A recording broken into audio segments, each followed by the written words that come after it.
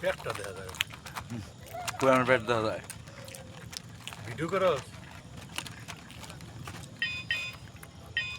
ক্যামেরাতে ছবিটা সুন্দর ওঠে।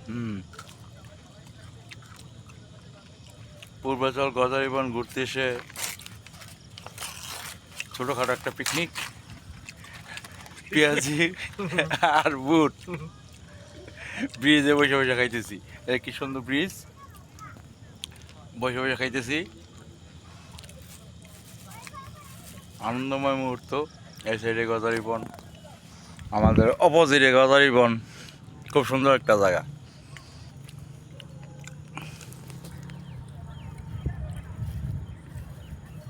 নিরিবিলি পরিবেশ। আমি